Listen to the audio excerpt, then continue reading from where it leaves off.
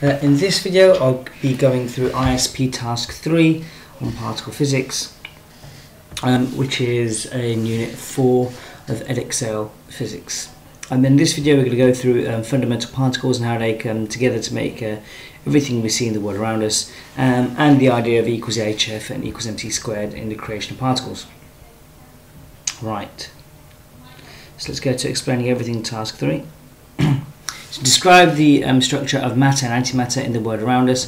Okay, so the idea is we've got to include in that our mass and charge, mainly, especially when we're talking about matter and antimatter. So remember, antimatter has the same mass as matter but has the opposite charge. The positron is the first one we talk about, in the sense that it's the antimatter equivalent of an electron. If we go through these words here, quarks or quarks, they come together to make what we know as matter. So protons, neutrons and electrons are made of, protons and neutrons are made of 3 quarks. Electrons aren't made of quarks. Electrons are fundamental themselves, so they're fundamental. So they're leptons. Okay, so leptons are fundamental, as are quarks.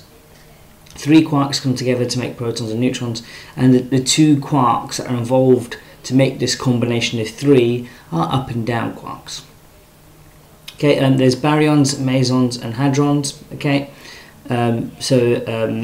baryons are essentially things like protons and neutrons that we know about. Mesons, or meson, is a quark-antiquark pair. So it's a pair of a quark and antiquark, and they essentially make up mesons. Hadrons, okay, are made up of baryons and mesons.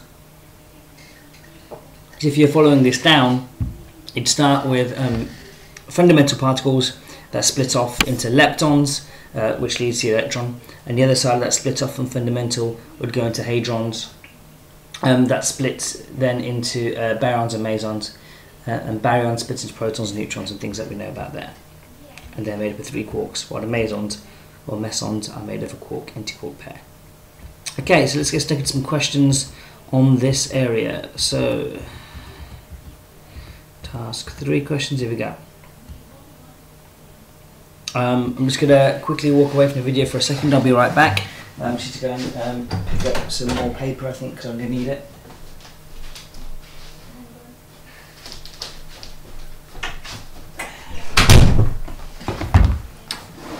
Right, okay.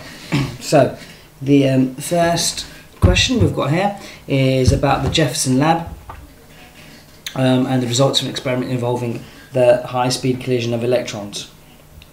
What this led to was that protons not being spherical but having this bulging shape, and it sort of led to the idea of that there's a relativistic system that binds 3 quarks together that make up the nucleons that we're aware of. So we've got the nucleon composition there of a proton and that of a neutron, and they tell us the charge of a proton, and the charge of an up quark and a down quark as well.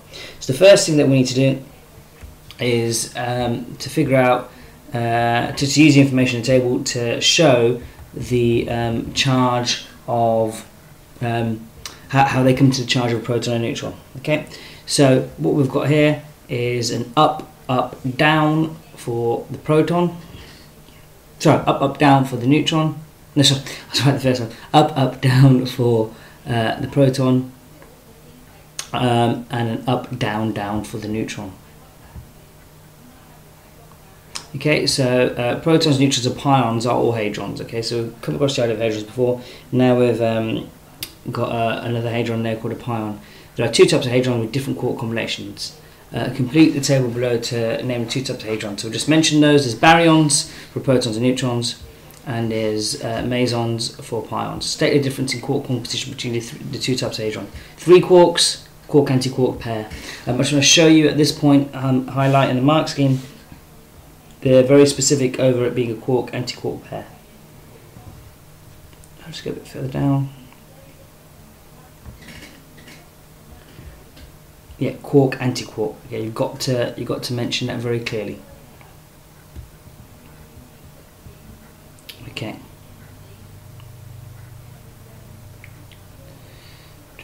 Right, explain why high-speed particles are used to examine the internal structure of other particles. So we did a bit about this in the previous ISP. But high speed means high momentum. High momentum means a small de Broglie wavelength, and therefore you can investigate small structure.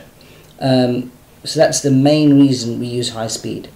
You also need high energies if you want to overcome the idea of electrostatic repulsion, if you want to break things apart, so you can see what makes them up. And as also, the more energy you put in, the more energy there is to make new particles, so we can see what they actually are. Okay.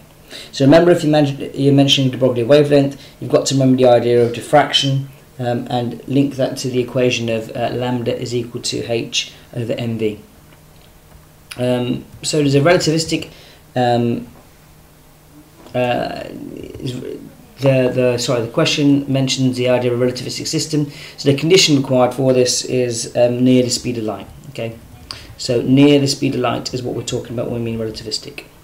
Question 10. This is a pretty famous question now. It was asked in an Edexcel paper a few years ago, and has now become pretty famous because of a book by Dan Brown called Angels and Demons.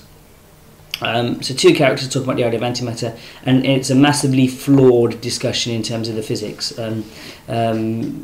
almost ridiculously flawed, to the point of where it became a laughing stock amongst more educated people or A-level students when they read this and realised the stupidity of what Dan Brown is actually writing about. And one of the reasons why Dan Brown hasn't written so many books after Angels and Demons, or had the same commercial success after Angels and Demons so far, is because of the silliness of what was written here and the poor research that was actually done. So the extract goes, so antimatter is real. A fact of nature. Everything has its opposite. Protons have electrons.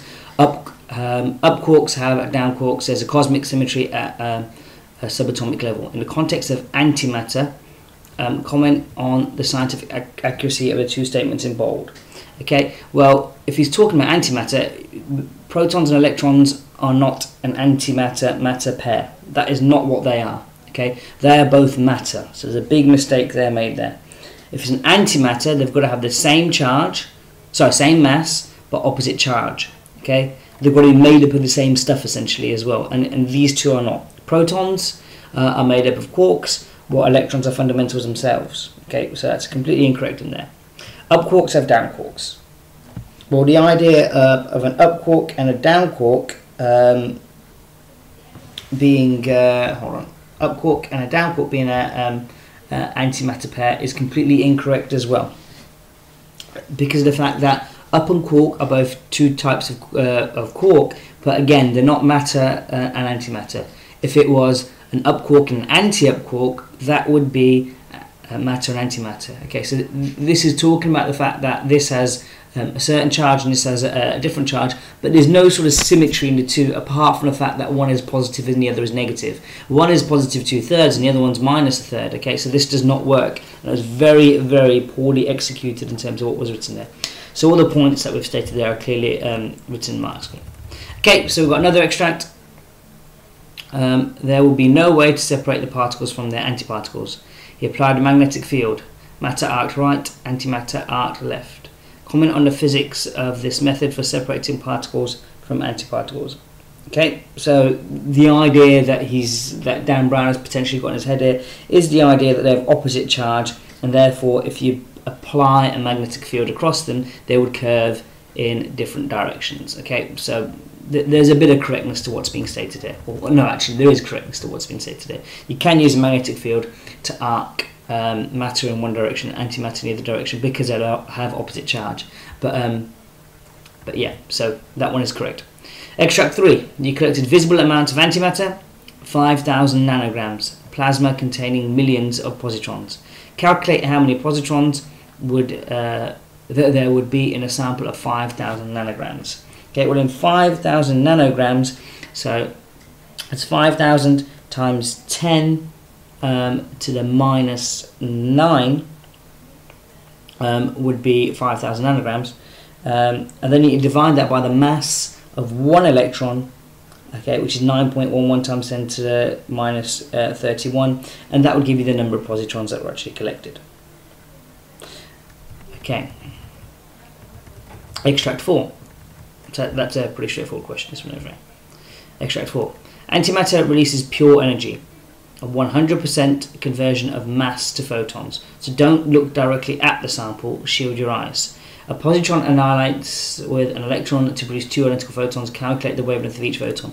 The key thing here is there's 2 identical photons. As soon as you've calculated the amount of energy released, okay, you've got to half it and put it into E equals hc over lambda. Okay, so remember we've covered the idea of E equals hc over lambda in class. It comes from the idea of E equals hf. And F is equal to V over lambda. If you can't remember this, look back over the energy levels and photoelectric effect stuff from the ISP in Unit 2 on waves, because it's covered in there in terms of how to do it. So step by step, what you need to do. First, you need to do E equals mc squared, where your m is the mass of an electron, and then you need to multiply that by 3 times 10 to the 8 being c squared. So 3 times 10 to the 8 squared is what you need to do there.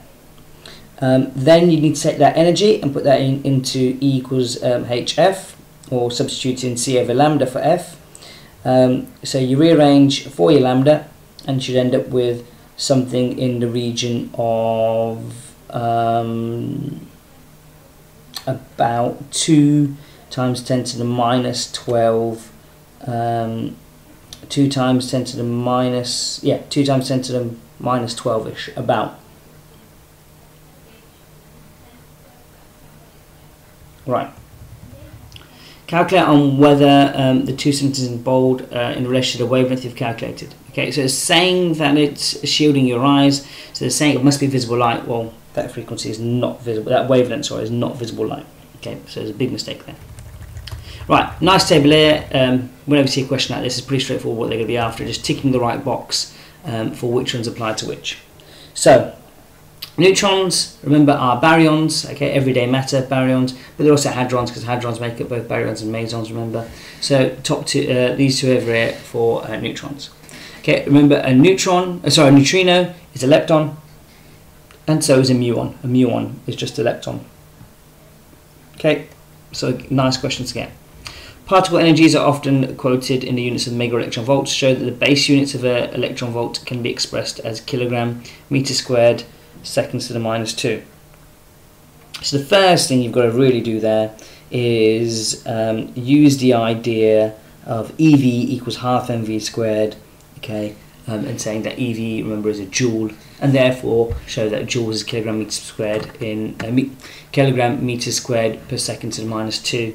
So kilogram meter squared seconds to the minus 2, and you do that by using a different equation for energy. So you could use half mv squared and put it through that, which is pretty straightforward. So electron volts equal to half mv squared is the equation you'd use, and then sub in your units and cancel them down. Okay, so next thing says, and the last question as part of the ISP, is calculate the energy released when a U238 nucleus is formed from individual protons and neutrons. Give your answer in mega electron volts. So you've got some data there. So this data shows you the mass of the uranium, and the mass of an individual proton, and a mass of an individual neutron. So what you're going to need to do is you're going to need to figure out how many neutrons there are. So that's 238 minus 92, that's 146. And then you're going to need to take it step by step to see the difference in energy from adding the protons and neutrons together compared to the uranium by itself. So there's 146 neutrons, there's 92 protons, so you do 146 times this value, you do 92 times this value, add those numbers together and take it away from this, and see the difference in energy. Okay, so see the difference in mass. This is still in terms of U. Okay, so once you've got what a difference in mass is in terms of U, multiply that by a mass unit, which is in the data sheet, the value of one mass unit, and then put that into E equals mc squared. So into E equals mc squared, you want the change in mass, not in U, but in terms of kilograms by using the data sheet. So feel free to use a mark scheme to go through it. I think actually what I'll do is I will write a little flowchart for this question because it's a bit of a tricky one. I know I haven't written anything down for this ISP video so far, so I'll do a little flowchart for this one just in case you are struggling with it. So you need the, let's go through step by step. So you've got 2, 3, 8 and 92 uranium. So the number of neutrons, protons. The number of neutrons is 1 take away the other, 146.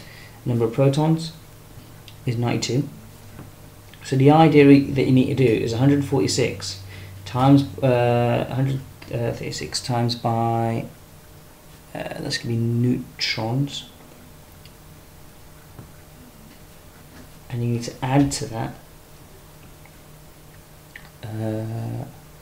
92 times by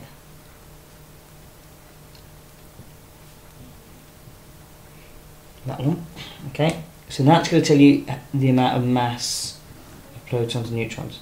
So that's the mass of P plus N. That's what that is telling you, that long line there. I'll just zoom out slightly so we can get it all in one shot. There you go. What you want to do is take your mass of U and take the mass of Pn away from that. So that equals your change in mass. You then put that, then you times by the value of the U, okay, which you can get from the data sheet, and then you put that as your change of mass into E equals mc squared, and that tells you the energy released. Okay, so genuinely a nice question to get in terms of 4 marks. Okay, so you want something like that in the exam, working with very small tricky values that people make a lot of mistakes on, and I'm sure you guys won't. So thank you very much for watching ISP task 3 on particle physics, guys. Next time we're working on task 4, and in task 4 we're going into a bit more detail on structure and matter and the process involved in particle accelerators. Thank you for watching, guys.